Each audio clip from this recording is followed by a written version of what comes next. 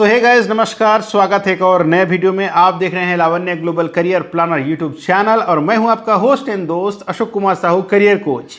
और आप सभी को नया वर्ष की हार्दिक हार्दिक शुभकामनाएं। 2024 में आपने बहुत हमें सराहा, बहुत ज़्यादा प्यार दिया और आशा और विश्वास रखते हैं कि 2025 में भी आपका इसी तरह स्नेह, प्यार और कंटिन्यूएशन रहेगा हमारे वीडियो के प्रति। और यही हम कामना लेकर के, यही हम विश्वास लेकर के आज का हम वीडियो को शुरुआत करते हैं। दोस्तों, आज हम बात कर रहे हैं यूरोप के एक ऐसे देश का जहां पर अगर आप जाते हैं तो कहीं ना कहीं आप अपने ज़िंदगी को एक नया आयाम देते हैं। जी हाँ दोस्तों, हम बात कर रहे हैं क्रोएशिया का।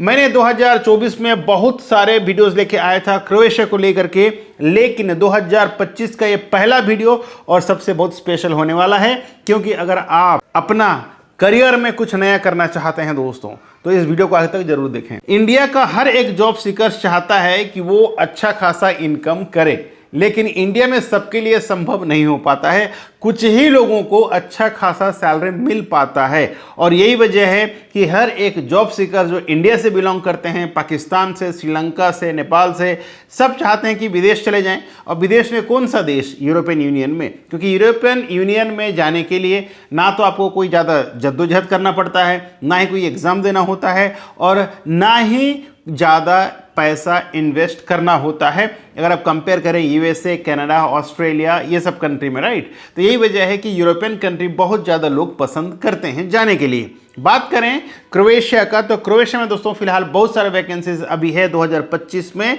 जनवरी के महीना में। अगर आप अभी प्रोसेस शुरू करते हैं तो लगभग जुलाई अगस्त तक आपका फ्लाई होता है। जी हाँ दोस्तों, यूरोपियन यूनियन का कोई भी कंट्री में जो अप्लाई करते हैं तो लगभग 6 से 7 और 8 महीने का प्रोसेस मिनिमम लगता है। और ये जो बता रहा हूँ ये पूरा प्रोसेस क्या बता रहा हूँ, शुरू से लेके आखिरी तक। पहले आपका ऑफर लेटर आएगा, फिर आपका वर्क परमिट आएगा, फिर आपका वीजा स्टैंपिंग होगा, फिर आपका फ्लाई होगा, फिर ज्वाइनिंग होगा। तो ये तमाम जो प्रोसेस है, प्रोसेस होते होते लगभग 6 से 7-8 महीना करीब लग जाता है। और इसीलिए मैंने कहा अगर आप जनवरी महीने में प्रोसेस शुरू करते हैं तो जून, जुलाई, अगस्त तक आप फ्लाई कर सकते हैं। लेकिन ऐसा कुछ कंट्रीज है जहां का प्रोसेस दोस्तों लगभग 2-3 महीने के अंदर भी हो जाता है। ये मैं कल के वीडियो में बताऊंगा। आज हम बात कर रहे हैं क्रोएशिया के बारे में। तो क्रोएशिया में फिलहाल शेफ्स का वैकेंसीज हैं। अगर आप होटल मैनेजमेंट किए हैं, डिप्लोमा या डिग्री, और आपका एक्सपीरियंस लगभग 2 से 3 साल का है तो आप इस जॉब में अप्लाई कर सकते हैं। ये जो वैकेंसीज दोस्तों ये कॉन्टिनेंटल, इटालियन, चाइनीज और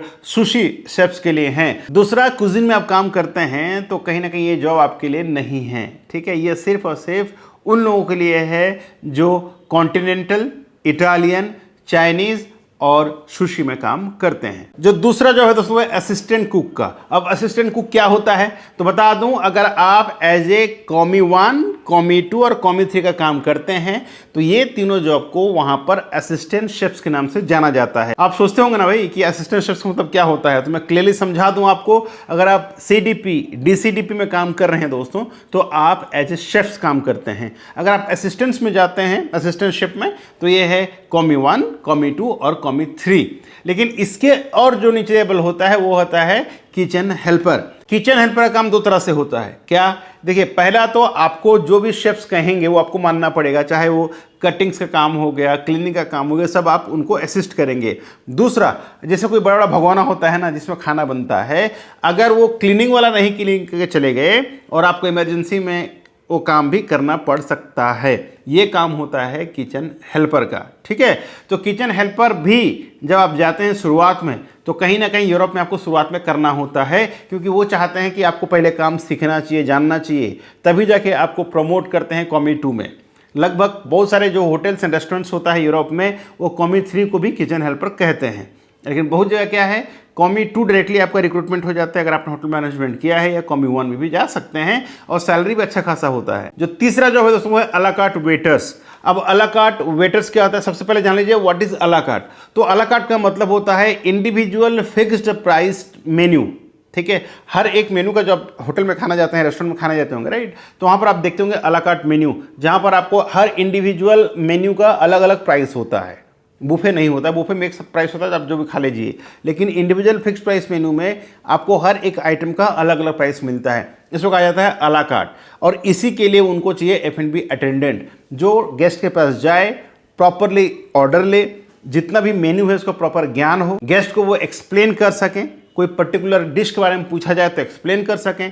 तो इस तरह का स्टाफ उनको चाहिए। मेरा कहना मतलब है, अगर आप एज ए अला कार्ट वेटर अप्लाई करना चाहते हैं तो आपको भली भांति इंग्लिश आना चाहिए। दूसरा, जो मेन्यू है, मेन्यू को जाकर के अच्छे से पढ़ना भी पड़ेगा आपको वहाँ पर जाने के बाद, क्योंकि मेन्यू अभी आपको पता नहीं चलेगा, लेकिन जब आप चले जाते हैं वहाँ जॉब्स के लिए तो आपको मेन्यू दे दिया जाता है और आपको ट्रेनिंग भी दिया जाता है। शेफ्स आपको ट्रेनिंग देता है ताकि आपको भली भांति इंफॉर्मेशन रहे आपका मेन्यू को लेकर के, ताकि आप अपने गेस्ट को एक्सप्लेन कर पाएं। जो नेक्स्ट वैकेंसी है दोस्तों, वो बारटेंडर का। अगर आप एज ए बारटेंडर काम किए हैं, बारटेंडर काम जानते हैं आप ना, अगर आपको बारटेंडर काम आता है तो आप बारटेंडर जॉब में अप्लाई कर सकते हैं। अब मैं आपको बता दूं कि सारे जो जॉब्स मैंने बताए अभी 1 बाय 1 सबका सैलरी कितना होता है। तो शेफ्स की बात करें तो दोस्तों लगभग आपको 15 से 2000 यूरो का बेसिक सैलरी रहेगा। हम बात करें वेटर का, तो वेटर का सैलरी लगभग 1000 से 1200 यूरो होगा। अगर हम बात करें बारटेंडर का, तो बारटेंडर का 1200 से 1500 यूरो के बीच रहेगा। तो मैंने आपको हर एक पोजीशंस का सैलरी बता दिया है। अब बता दें कि इसमें फैसिलिटीज क्या क्या मिल सकता है आपको। तो फैसिलिटी के नाम पे आपको रहेगा दोस्तों फ्री फूड, यानी on duty food on duty. Free का मतलब ये नहीं कि आपको 3 बार खाना मिलेगा, जिस समय आप ड्यूटी में रहेंगे तो ऑन ड्यूटी आपको खाना मिलेगा। फ्री एकोमोडेशंस, आपका जो एकोमोडेशन है वो फ्री रहेगा कंपनी की तरफ से, लेकिन ये शेयरिंग बेस में रहेगा दोस्तों, इतना ध्यान रखना। इसके अलावा अगर आप पूछते हैं कि एक्स्ट्रा क्या इनकम हो सकता है सैलरी के अलावा, तो आप OT कमा सकते हैं, ओवर टाइम जो आपका फिक्स टाइम होता है 8 घंटे का, उससे ज़्यादा काम करते हैं आप तो आपको OT भी मुहैया किया जाता है।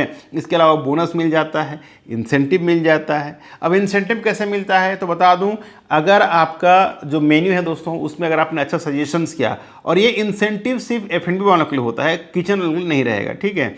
इसमें सिर्फ अगर आप बारटेंडर हैं या वेटर हैं तो आपको इंसेंटिव भी कमाने का मौका मिल जाता है। अब बात करें डॉक्यूमेंट्स क्या क्या चाहिए, तो सबसे पहले क्या करें, जैसे आप सोचते हैं कि आपको अप्लाई करना ही है जॉब्स के लिए, तो आप PCC अप्लाई कर ले, पुलिस क्लियरेंस सर्टिफिकेट। और ये पुलिस क्लियरेंस का सर्टिफिकेट दोस्तों आपको सिर्फ और सिर्फ पासपोर्ट केंद्र से, पासपोर्ट का जो वेबसाइट है ऑनलाइन इंडियन पासपोर्ट वेबसाइट है उसमें से अप्लाई करना है, और अपोस्टाइल भी कर लेना, जैसे आपका PCC आपके पास पहुंच जाता है।